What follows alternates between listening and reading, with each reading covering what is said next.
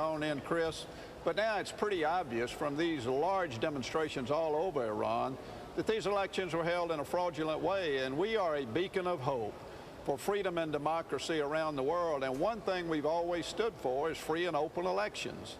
Here we know that we've got a leader in Iran who was elected in a fraudulent election, and I think it's incumbent upon this president, just as other world leaders like Sarkozy and the Prime Minister of Canada have come out very strongly in opposition to these elections and what's going on, for him to take a stand that's a pretty strong stand, and we just simply haven't seen that. And I don't think it's the right direction that America needs to be perceived as taking in this situation. Well, we've got a long history of interfering in Iran. We interfered back when they had a democracy in the early part of the 50s, when Kermit Roosevelt and the CIA went in there and overturned those elections and put in the peacock throne and enforced a monarchy form of government. Do you think we're credible as critics of democracy in Iran? Is the United States credible in the eyes of those people in those crowds as caring about democracy in Iran?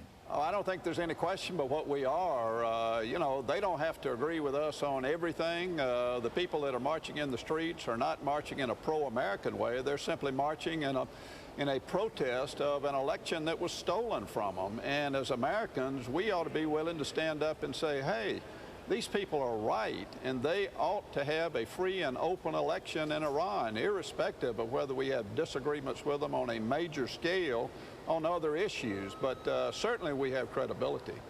Well, I guess it comes down to the question of nationalism and countries resenting outside influence. I know we would resent it. We would always resent it, of any other country getting involved in our election, especially the disputed election of 2000. We don't want anybody else talking to us about our elections.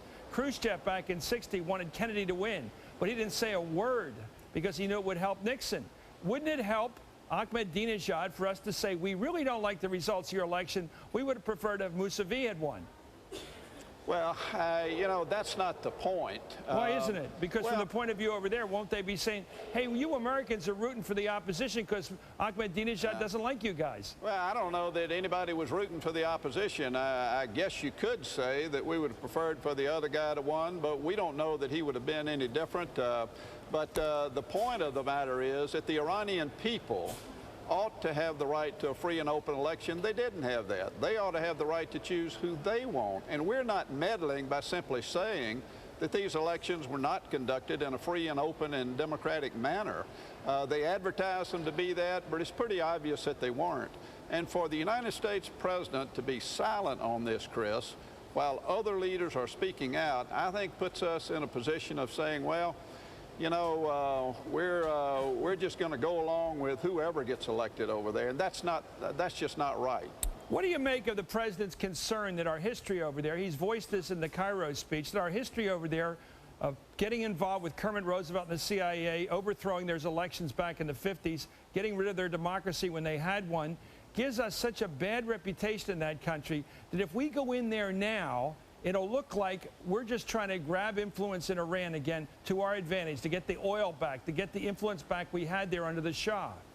Well, that election was, almost 60 years ago now. The world has changed dramatically since then. And I dare say that you go up to any of those people in Tehran who are protesting in the streets and say, hey, what about the United States meddling in your election in the 50s? They would shake their heads like, what in the world are you talking about?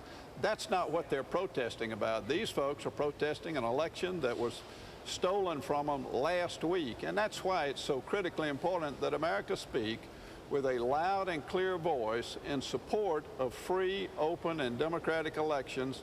And frankly, Chris, we're not doing that from an administration standpoint. You're hearing folks like John McCain and others out there strongly advocating this position, and they're the ones that are being heard by the Iranian people and not the President of the United States. Okay, there's 2 points I think you might agree and disagree with Senator Kerry on. The one point is he said there is a difference between Ahmadinejad's regime and this alternative that we're seeing here, basically supported by those people in the streets. Do you agree with him that we might be better off with one than the other? Well, certainly we know what we've got in Ahmadinejad, and it's not good. I mean, this guy gets up throwing hate balls every day towards the United States. So it can't be any worse, and I would have to say that I probably agree with John there. What about opening a dialogue at some point with Mousavi, the opposition leader, if he doesn't get the job? Would you, as a senator on these key committees you're on, Armed Services and Intelligence, do you think it might be useful for our people, you or others of your colleagues, to get in contact with this guy and start talking to him in some way?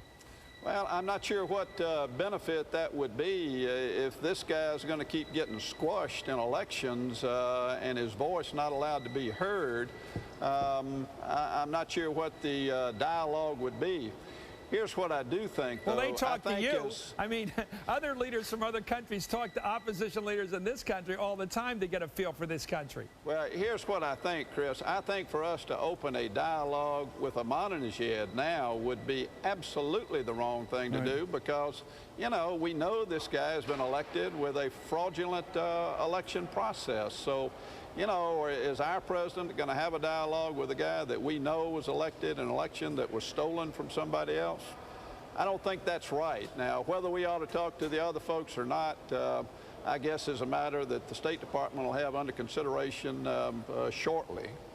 Well, Senator, thank you very much, and I agree with you on one point. I am thrilled by this opposition over there. I am thrilled that this public demonstration of hundreds of thousands of people that they believe in democracy and want a fair election over there. And if the president can't say so, you and I can certainly say so. Thank you very much, Senator Saxby Chambliss of Georgia. Up next, former President George